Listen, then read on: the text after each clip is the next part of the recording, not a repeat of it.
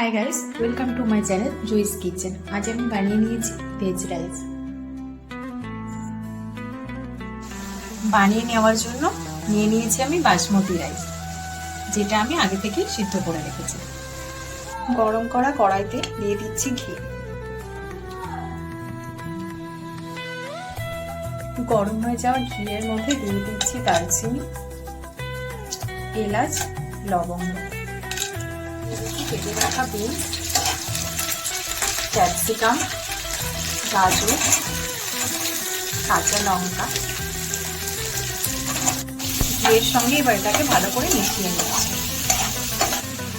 কালারটা চেঞ্জ হয়েছে, এবার আমি দিয়ে দেব কাজু, কিশমিশ আর স্বাদ মতো চিনি।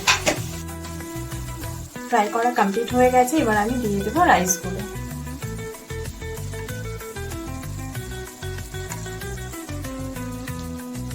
এবার এই রাইসের সঙ্গে এগুলোকে ভালো করে মিশিয়ে নেব।